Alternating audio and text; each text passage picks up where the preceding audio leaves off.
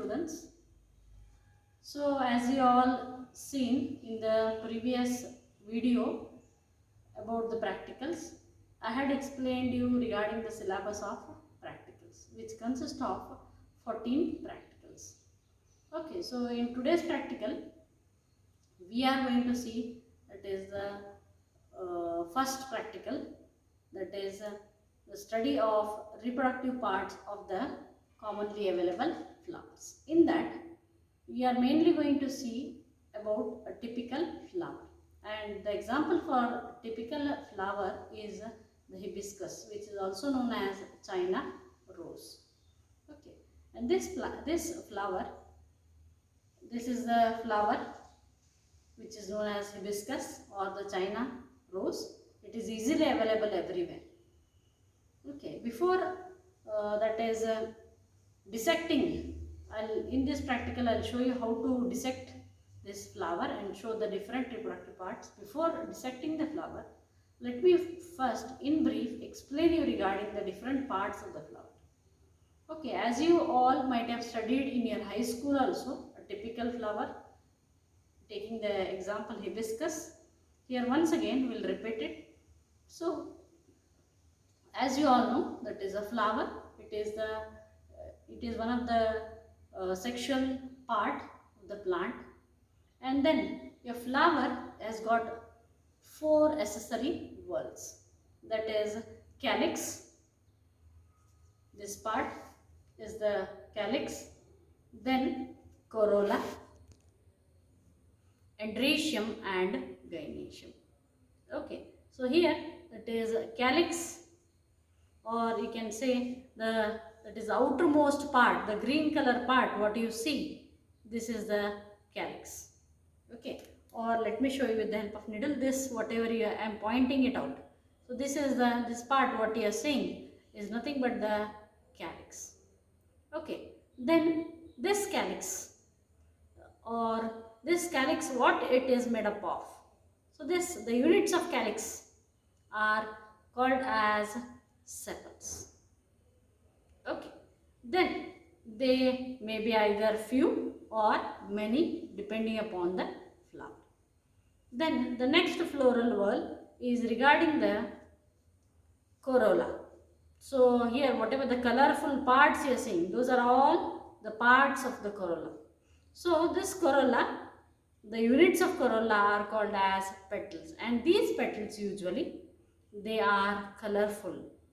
Okay, and their main function is to attract the flowers for pollination. Okay, and then coming to the number of petals in a flower, it depends upon which type of flower it is. They may be only few or many. Okay, so this is all regarding the your corolla and the units of corolla. Then one thing what I forgot to tell is about the calyx. Here you may ask me, what is the function of this calyx? The calyx, what does it do is, it is going to protect your flower in the bud condition. Okay, this is regarding the calyx. In some flower you can also see that there are certain small projections which are coming out, just like in hibiscus you can see below the calyx you are going to have small projections, and that is going to be called as epicalyx. Okay, so this is regarding the calyx and corolla. And this calyx and corolla are usually called as accessory whorls. Okay, why accessory? I'll tell you later. Okay, so you just remember that is calyx as well as corolla are called as accessory whorls. Then coming to next one is the androecium. Androecium, this part, yellow color part, whatever you are seeing, this yellow color part in a flower, whatever you are seeing, that is called as the androecium. That is the male reproductive part of the flower is called as androecium. Then the units of androecium are called as stamens. Okay, then individual stamen if you see, okay, it is very tiny, which you need to observe under the microscope. So just I'll explain you briefly. After that, when I dissect it, I'll show you in detail. So here each androecium, that is the units of androecium are called as stamens, and each stamen will consist of, when I take it out, you can see that it will consist of a filament like structure, small filament like structure. Suppose this is your calyx, sorry, if this is your andrecium. So what it will consist is, it will consist of a bottom part which is a long thin thread like structure which is called as filament, and at the top you will have here upper part that is called as anther.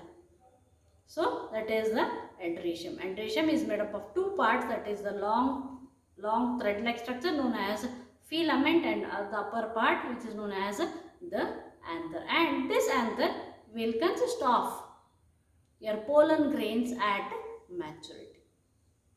Okay, so this is regarding the andrecium. Then next, coming to the next female part of the flower, that is nothing but the gynoecium, which you are going to see here. This part, it is the gynoecium, and the units of gynoecium are called as carpels or pistil.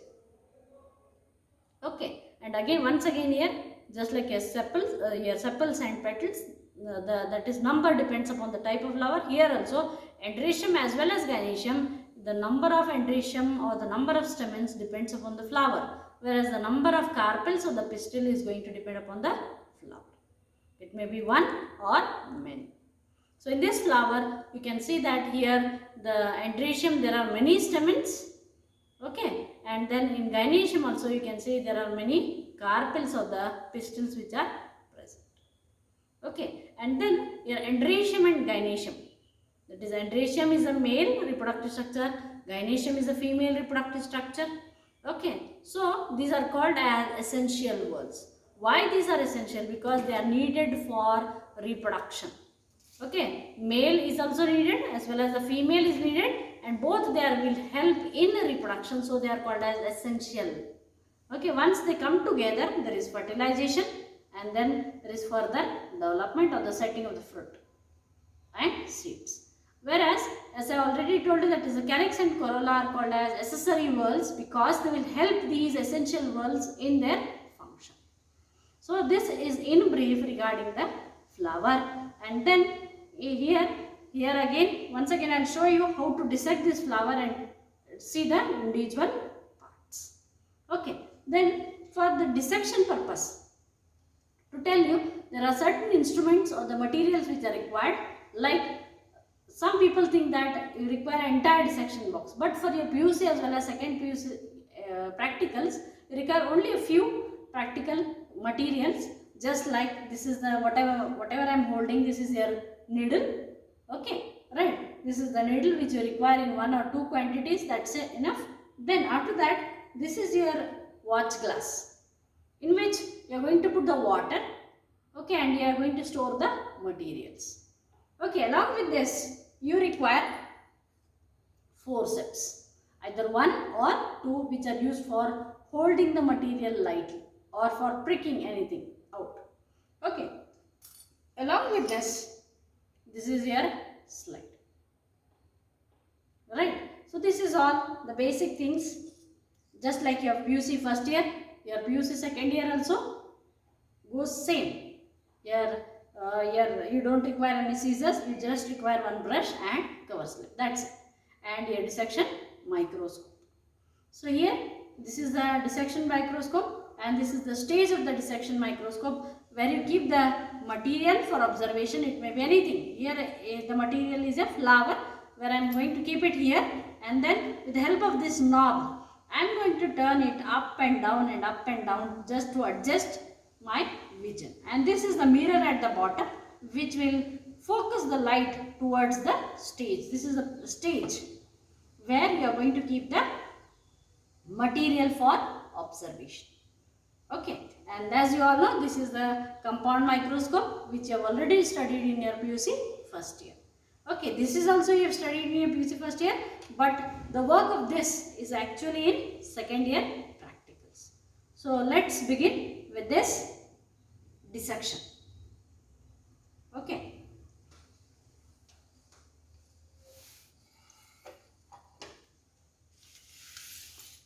So here, so I'll take this plain plain paper on which I'll try to show you the dissection. So here slowly I'll dissect the flower with the help of a needle.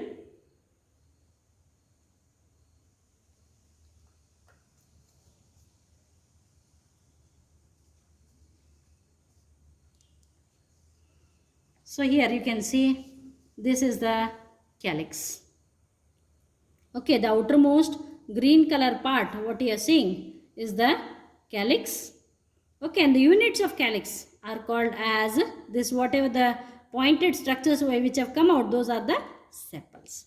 And here these sepals may be free or united. When they are free, that they are referred by the term polycephalous. When they are united, like this, here also you can see they are all united to form a single bundle. Only the tips are free. That is called as gamocephalous. Okay, that is two terms.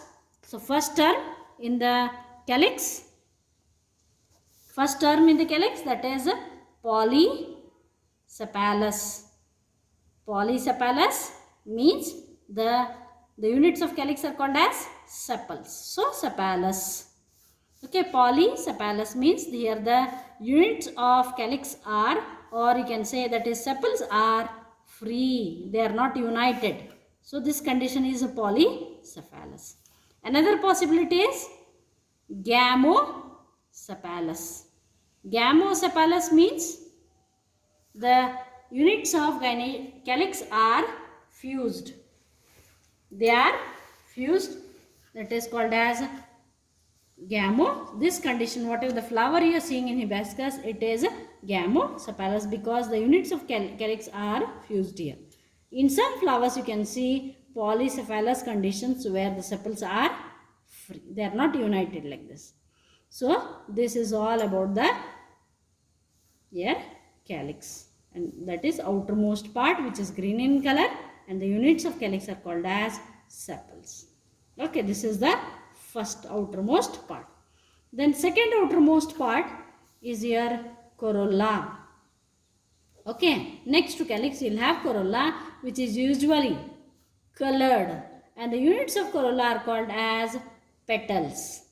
Okay, the same condition here again. Here you can see that is one, here I have already showed you, so one here I will show you directly.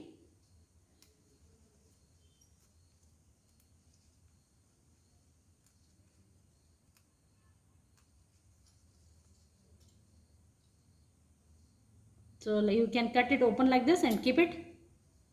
So these are the calyx. Okay. So what I am showing you now is corolla. So this is the corolla part. Okay. And then the individual parts of the corolla. I'll take it out. So you can see these are the petals. The units of corolla are called as petals, which are colorful. And as already told you, what is the function of this corolla or the petals is to attract the insects for pollination. Okay, I'll keep it aside. So like this. So these are the petals which are colored. Again, here two possibilities. So here these petals may be free, that is called as, condition is called as polypetalous, where the petals are free. Okay, then another condition is gamopetalous, means here the petals are united. Okay, and whatever we have seen here, the flower, hibiscus flower you have seen here. So this flower, whatever you have seen, here the petals are free. Okay, you can take the example of rose also, where the petals are free. That condition is called as polypetalous condition. Okay, right? Then the same time, gamopetalous means all the petals will fuse together. For example, you can see the example of datura.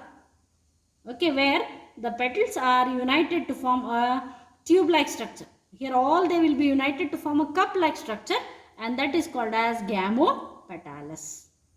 Okay, where the petals are united. Okay, and then already I told you that is calyx and corolla. These are called as what? These are called as? These are called as accessory whorls. Okay, these are called as accessory whorls. Right. Then next is about this calyx, corolla over. Then we'll see regarding next part is about the essential whorls. So as in essential whorls, that is the first is about the androecium. Androecium. Androecium is nothing but the male reproductive part. Androecium is the male reproductive part of the flower. Okay, right. Then the units of androecium are called as stamens, isn't it? Units of androecium are called as stamens. So here I will draw you the structure of stamen. So it will be like this. So this is the anther and this is the filament. Anther and the filament. And the anther will be joined to the filament with the help of a structure known as connective. Okay. And here you can see, here in this flower, you can see there are many anthers. Okay, there are many yellow colored anthers, what you are seeing. Sorry, these are all the stamens. There are many stamens which will consist of the uppermost yellow color part, which is nothing but here anthers. Okay, so as I already told you, the anthers may be or the stamens may be one or many. It depends. So here so small it has been fallen. You can see here this red color part, whatever you are seeing, this is the filament. The upper yellow color part, what you are seeing, is the anther. And the attachment of the anther to the filament, a small point will be there, and that is nothing but the connective. And here you can see there are different modifications in this also, in androecium also. You may see either single stamens or many stamens. When there is single stamen, no question. When there are many stamens, these stamens may be united to form bundles. Okay, then how many bundles? They may be united to form single bundle, that is known as monoadelphous. Okay, monoadelphous or diadelphous. Okay, monoadelphous or diadelphous, or third option is polyadelphous. Means what then? So monoadelphous means when there are many stamens, all these stamens will unite to form a single bundle, that is called as mono means single. Adelphous means bundle. When all the stamens of the androecium will unite to form a single bundle, that is called as monoadelphous, and that is the condition what you see in hibiscus. So here you can see, I will cut it open. So then you can see.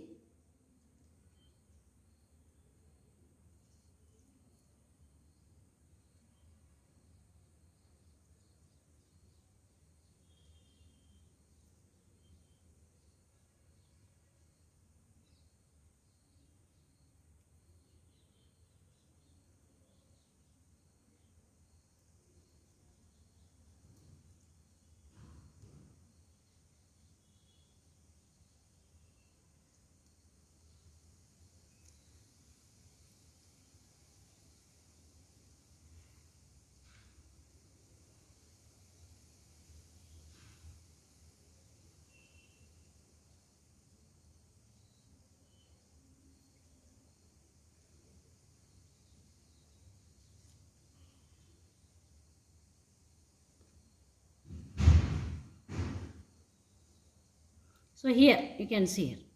This is all the stamens together, they form a single bundle, this tube-like structure.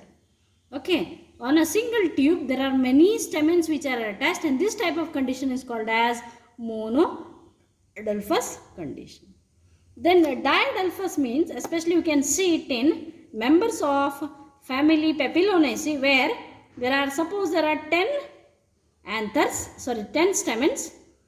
Okay, so 9 of them will form a single bundle and the 10th one will form a other bundle.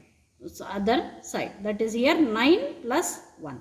Here there are two bundles. This is one bundle, this is another. So it is diadelphous. Like this, in lemon flowers you can see polyadelphous, where the bundles of stamens there are many bundles of stamens together here. Okay, that is polyadelphous condition, which you can find it in lemon. Like this, the androecium will have so many modifications like monodelphous, diadelphous and polyadelphous like. Okay, so this is all regarding the androecium. Then the next one is about the last part, that is the gynoecium. So here, that is they will keep it aside. So first, that is third part is androecium, then fourth part is your gynoecium.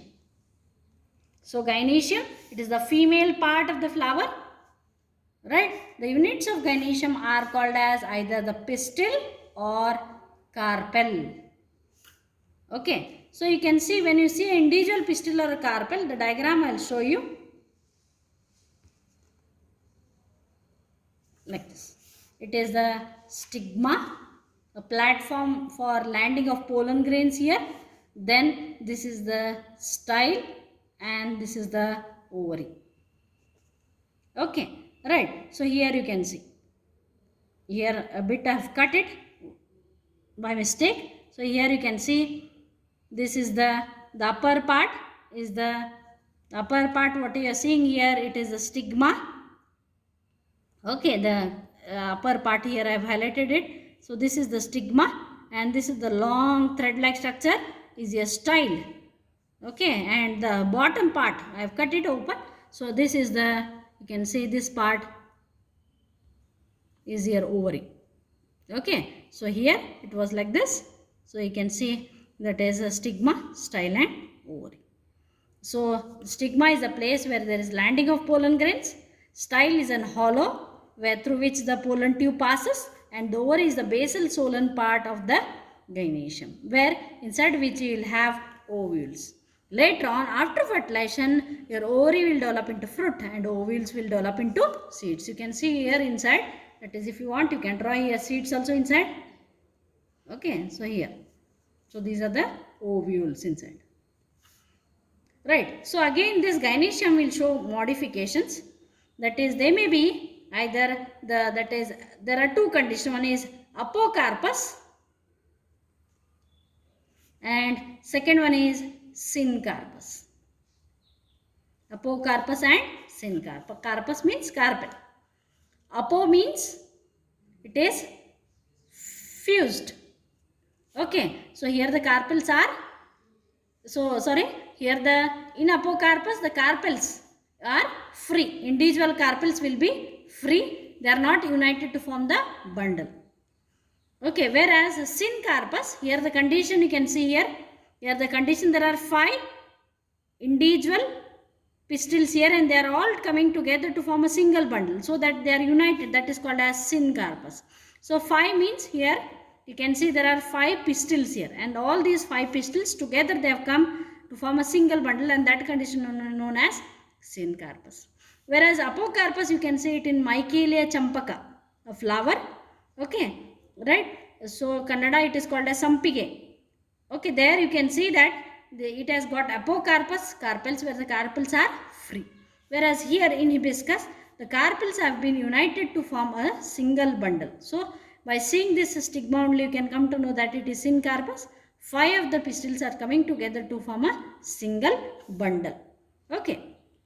If you want, you can confirm it by taking a section of ovary, which we will see it in a next coming practical. In detail I will show you how to take the section of ovary and what all the different parts are there in the inside the ovary, and then by seeing the inside the section of ovary, you can come to know how you will come to know, that is, how many chambers are there, that is, how many carpels together have formed this chamber and all those things. Okay, this is for today's practical. Thank you.